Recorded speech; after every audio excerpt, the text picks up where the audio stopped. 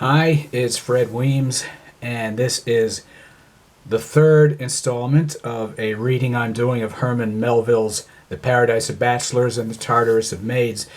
It may become a four-part installment. In any case, I'm going to read the whole thing. I read The Paradise of Bachelors in the first one, in which our narrator attends a banquet at the Temple Bar in London with bunch of bachelors who are lawyers, and they have a convivial, civilized time, drinking and eating.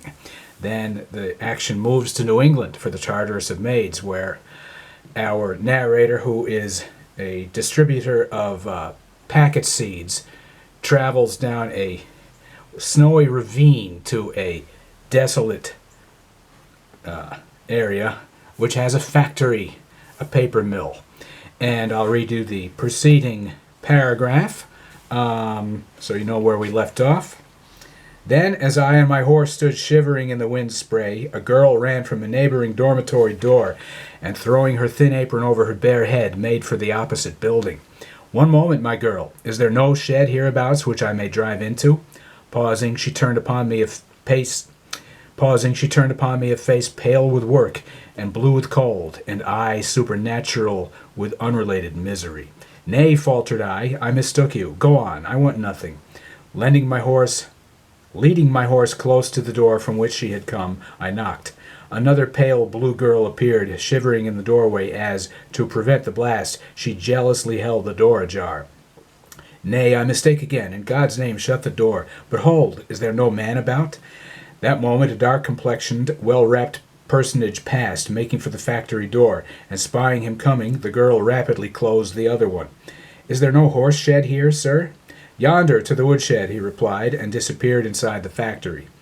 With much ado I managed to wedge in horse and pung between the scattered piles of wood, all sawn and split. Then, blanketing my horse, and piling my buffalo on the blanket's top, and tucking in its edges well around the breastband and breeching, so that the wind might not strip him bare, I tied him fast, and ran lamely for the factory door, stiff with frost, and cumbered with my driver's dreadnought. Immediately I found myself standing in a spacious place, intolerably lighted by long rows of windows, focusing inward the snowy scene without. At rows of blank-looking counters sat rows of blank-looking girls, with blank white folders in their blank hands, all blankly folding blank paper. In one corner stood some huge frame of ponderous iron, with a vertical thing like a piston periodically rising and falling upon a heavy wooden block. Before it, its tame minister, stood a tall girl, feeding the iron animal with half-quires of rose-hued notepaper, which, at every downward dab of the piston-like machine, received in the corner the impress of a wreath of roses. I looked from the rosy paper to the pallid cheek, but said nothing. Seated before a long apparatus, strung with long, slender strings like any harp, another girl was feeding it with foolscap sheets, which, so soon as they curiously traveled from her on the cords, were withdrawn at the opposite end of the machine by a second girl. They came to the first girl blank, they went to the second girl ruled. I looked upon the first girl's brow, and saw it was young and fair. I looked upon the second girl's brow, and saw it was ruled and wrinkled. Then, as I still looked, the two, for some small variety to the monotony, changed places, and where had stood the young, fair brow, now stood the ruled and wrinkled one. Perched upon a high, narrow platform, and still higher upon a high stool crowning it, sat another figure serving some other iron animal, while below the platform sat her mate in some sort of reciprocal attendance. Not a syllable was breathed. Nothing was heard but the low, steady, overruling hum of the iron animals. The human voice was banished from the spot. Machinery, that vaunted slave of humanity, here stood menially served by human beings, who served mutely and cringingly as the slaves served the Sultan. The girls did not so much seem accessory wheels to the general machinery as mere cogs to the wheels. All the scene around me was instantaneously taken in at one sweeping glance, even before I had proceeded to unwind the heavy fur tippet from around my neck. But as soon as this fell from me, the dark-complexioned man, standing close by, raised a sudden cry, and seizing my arm, dragged me out into the open air, and without pausing for a word, instantly caught up some congealed snow and began rubbing both my cheeks. "Two white spots like the whites of your eyes," he said. "Man, your cheeks are frozen." That may well be, muttered I. 'Tis some wonder the frost of the devil's dungeon strikes in no deeper. Rub away. Soon a horrible tearing pain caught at my reviving cheeks. Two gaunt bloodhounds, one on each side, seemed mumbling them. I seemed Actaeon. Presently, when all was over, I re-entered the factory, made known my business, concluded it satisfactorily, and then begged to be conducted throughout the place to view it. Cupid is the boy for that, said the dark-complexioned man. Cupid, and by this odd fancy name calling a dimpled, red-cheeked, spirited-looking forward little fellow, who was rather impudently, I thought, gliding about among the passive-looking girls, like a goldfish through hueless waves, yet doing nothing in particular that I could see, the man bade him lead the stranger through the edifice. Come first and see the water-wheel, said this lively lad, with the air of boyishly brisk importance. Quitting the folding room, we crossed some damp, cold boards, and stood beneath a great wet shed, incessantly showering with foam, like the green barnacled bow of some East Indiaman in a gale. Round and round here went the enormous revolutions of the dark, colossal water-wheel, grim with its one immutable purpose.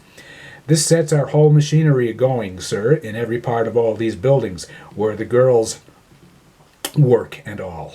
I'm going to read that again, just to make it clear.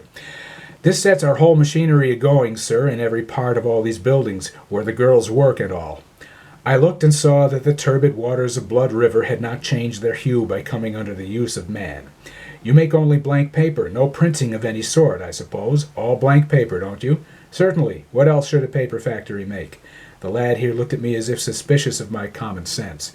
Oh, to be sure, said I, confused and stammering. It only struck me as so strange that red waters should turn out pale, cheap paper, He took me up a wet and rickety stair to a great light room, furnished with no visible thing but rude manger-like receptacles running all round its sides, and up to these mangers, like so many mares haltering to the rack, stood rows of girls.